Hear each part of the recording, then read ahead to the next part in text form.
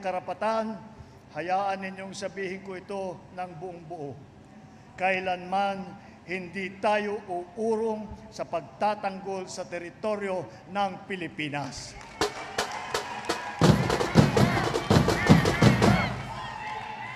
Bilang isang malayang bansa, dapat natin panindigan ang ating mga karapatan.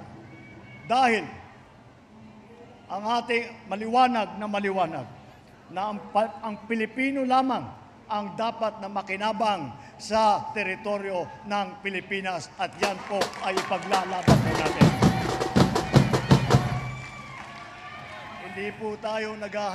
Hindi naman po tayo naghahanap ng gulo. Tayo naman ay sumumpa po tayo, kami lahat ng opisyal, na ipagtatanggol namin ang konstitusyon ng Pilipinas, ipagtatanggol namin ang teritoryo ng Pilipinas, ang soberenya ng Pilipinas, ang karapatan ng Pilipino. Kaya po, kahit ano pang mangyari, hindi po namin titigilan na ipagtanggol ang Pilipinas. Kahit kasino man, napakalaking dayuhan, napakalakas ang puwersa, hindi po, ang Pinoy po hindi umaatras, hindi po tayo aatras.